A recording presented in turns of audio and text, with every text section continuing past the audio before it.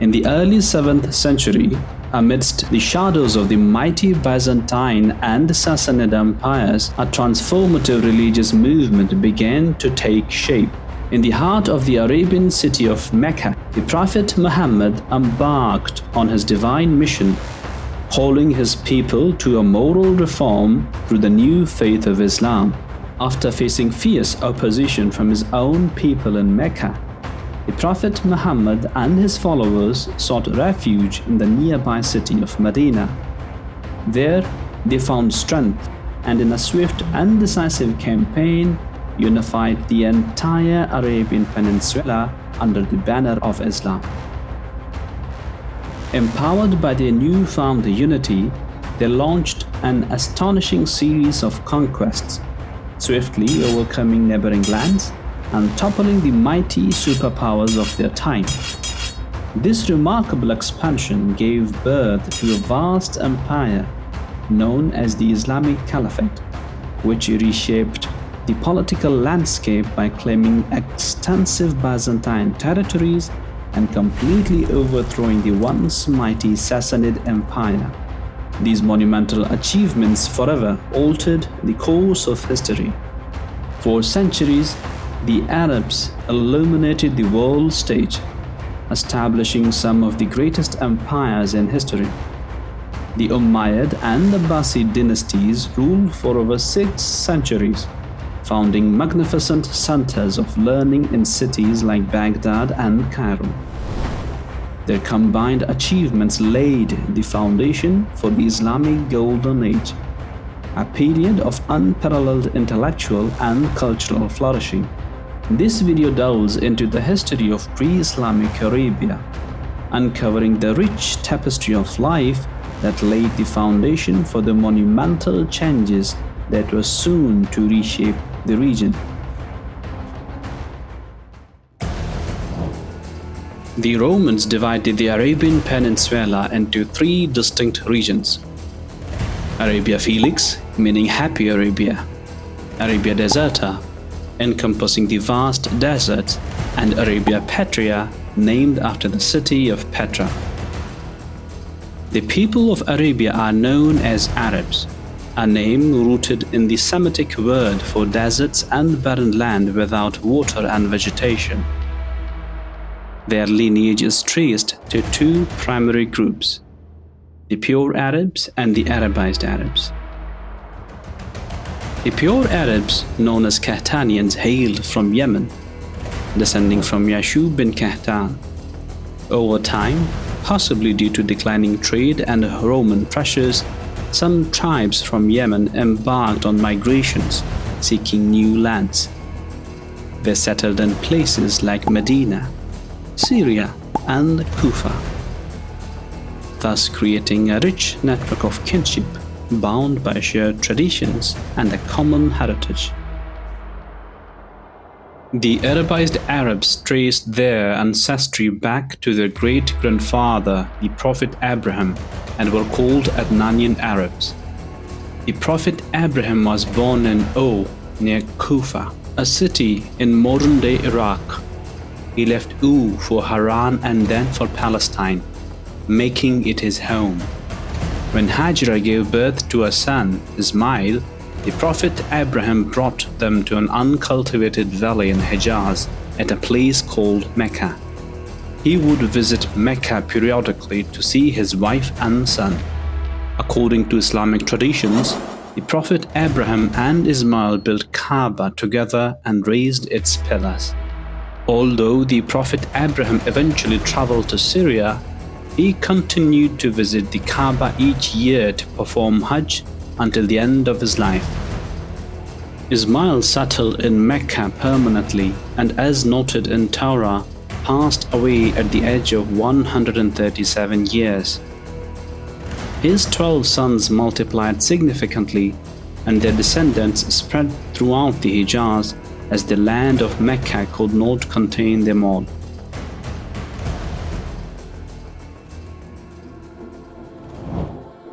In the harsh desert environment, survival depended on the strength of the community, with family being the cornerstone of Arab society. Groups of families formed clans or qabila, and multiple clans united into tribes, each led by a sheikh. These tribal structures provided protection and support, essential for enduring the desert's challenges. Tribal identity was vital in pre-Islamic Arabia, offering security, support, and a sense of belonging. Members fiercely defended each other, even over the smallest matters.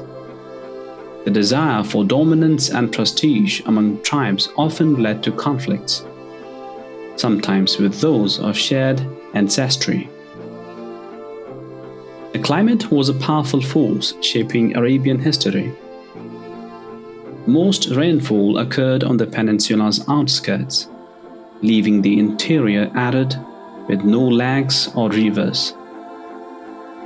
Water sources were limited to wells, torrents, and flash floods. Nomadic Bedouin tribes roamed in search of food and pasture, adapting to Arabia's harsh conditions. The domestication of camels between 3000 and 2500 BCE was pivotal, as camels could survive on minimal water and desert plants, earning the title "ships of the desert." These camels became crucial for transportation, milk, and meat, enabling some Bedouins to settle in oases across the peninsula.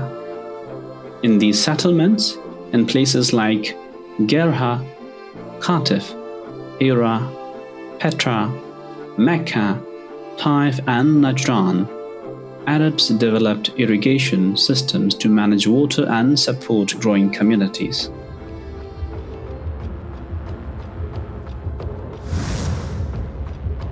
South Arabia, particularly Yemen, once flourished due to its fertile mountain valleys and strategic location as a hub for long-distance trade. However, after 340 CE, its prosperity began to decline. This downturn was possibly due to Roman dominance over naval trade routes and the disruption of the region's economy from Abyssinian control, which was supported by Rome. In northern Arabia, no single power held control over the entire region. Various provinces were governed by separate rulers, and while the kings of Yemen and Syria were officially crowned, their control was more symbolic than real. Most of Arabia was under the sway of tribal leaders, who held significant influence and enjoyed notable privileges within their own territories. Buffer states played a pivotal role in this geopolitical arena. The Sassanid Arabs served as a shield for the Romans, occupying what are now Jordan, Syria, and Palestine. Meanwhile, another Arab tribe, the Lachemites, controlled southern Mesopotamia, acting as a buffer for the Sassanids. In the Hijaz region, however, the situation was distinctive. The authority over Mecca and the revered Kaaba was held by the descendants of Prophet Ismail. These Hijazi rulers, combining both secular and religious roles, commanded immense respect and admiration from the Arab people, reflecting their esteemed and influential position in the region.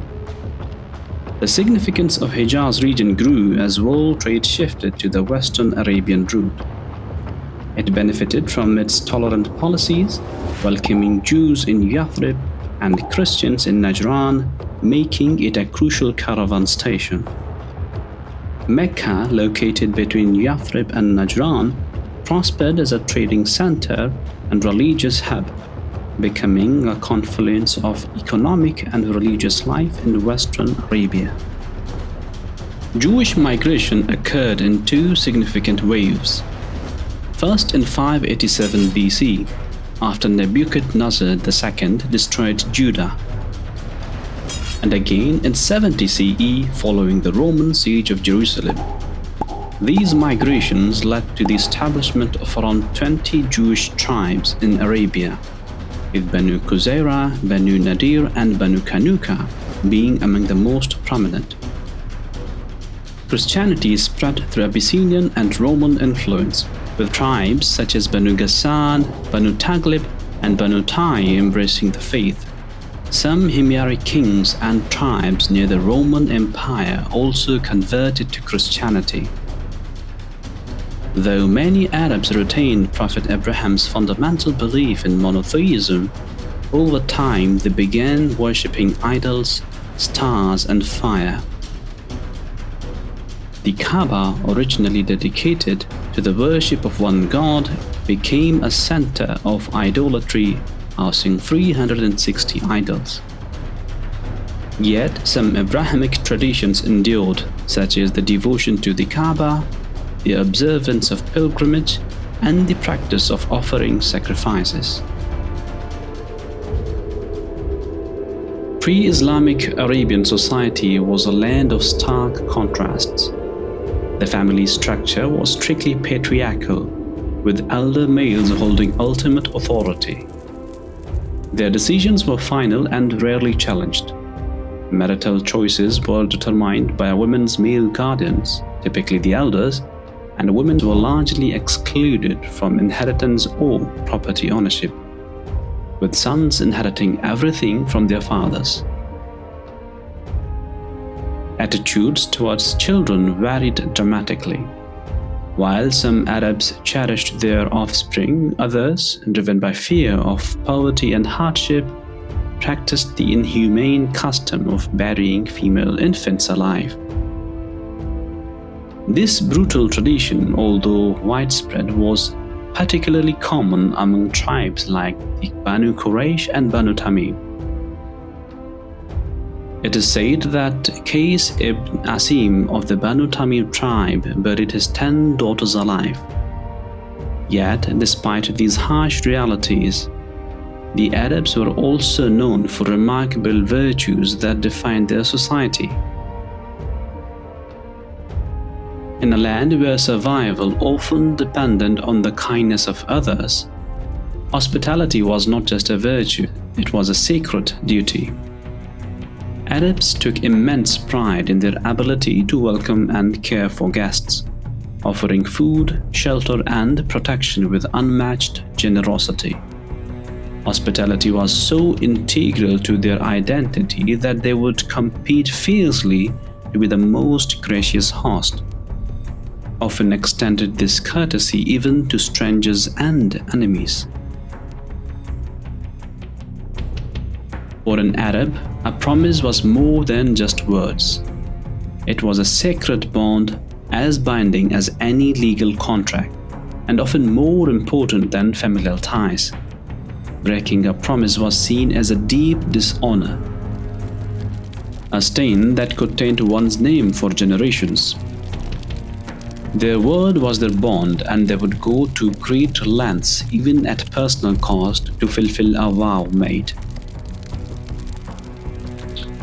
A profound sense of honor and dignity was deeply ingrained in Arabian culture. To the Arabs, honor was everything, more precious than wealth or power. Any slight, whether real or perceived, could provoke a fierce response, as they were quick to defend their reputation and that of their tribe. This sense of honor drove their actions, shaping their social interactions and often dictating the course of their lives.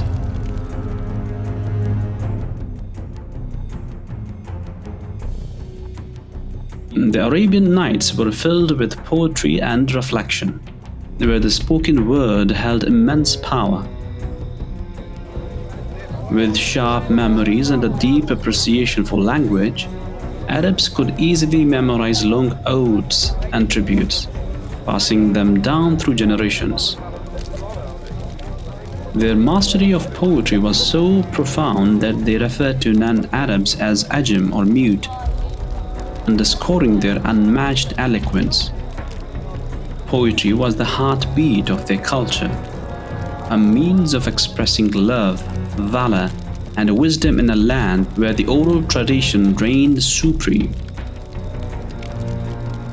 This was the complex and vibrant society of pre-Islamic Arabia, a land of deep-rooted traditions and striking contrasts.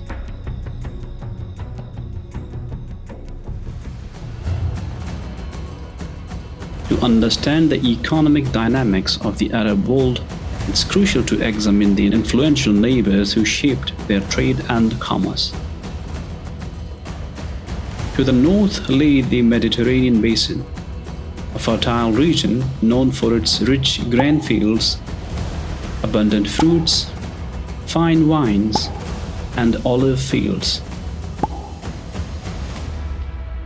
This area had been part of the Roman Empire for centuries, flourishing through extensive sea route trade. By the 4th century, the power center shifted eastward, Constantinople replacing Rome as the capital.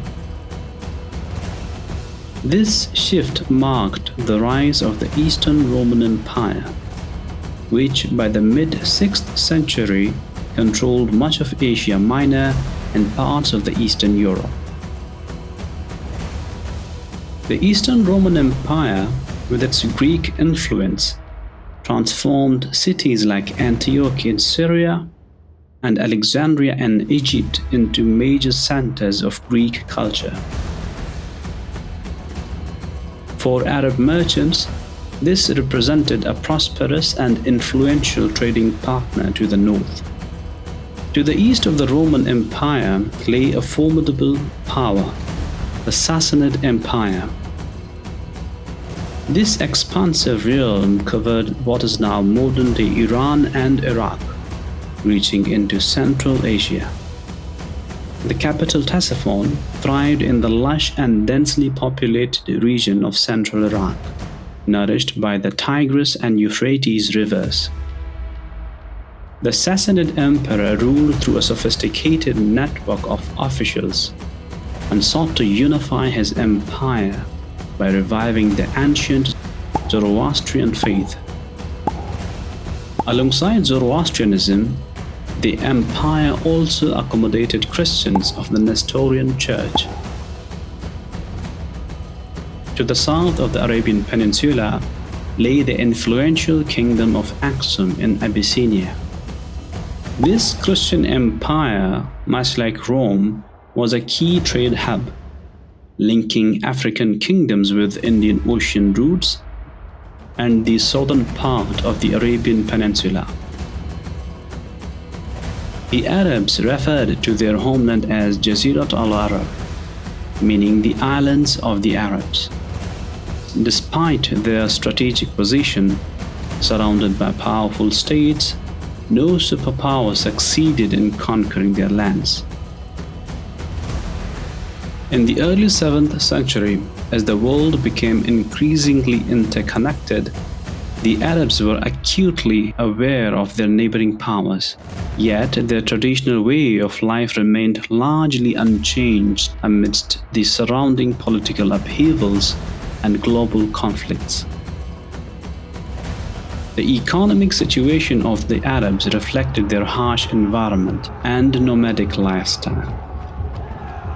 Most of Arabia is an arid desert with little fertile land for agriculture. Farming and livestock practices were basic, making trade a vital source of livelihood. However, a crucial element for thriving trade was often missing: peace.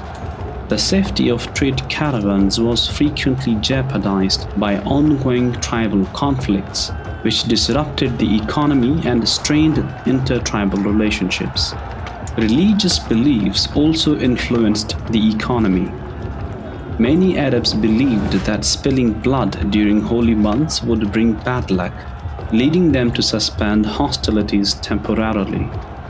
This truce allowed them to trade and coexist peacefully during these times. South Arabia's commerce was divided into two complementary parts: sea-land and overland trade. The sea-land routes spanned the Indian Ocean, connecting the Arabian Peninsula with distant markets. while the overland routes carried goods from southern parts of the Fertile Crescent and the Mediterranean region. These routes formed an extensive network stretching from the southeast and southwest, branching out toward the northeast and northwest.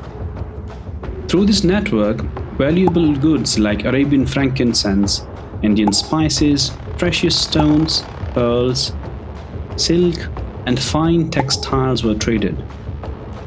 From the Horn of Africa came rare woods, feathers, animal skins, Somali frankincense, gold, and slaves.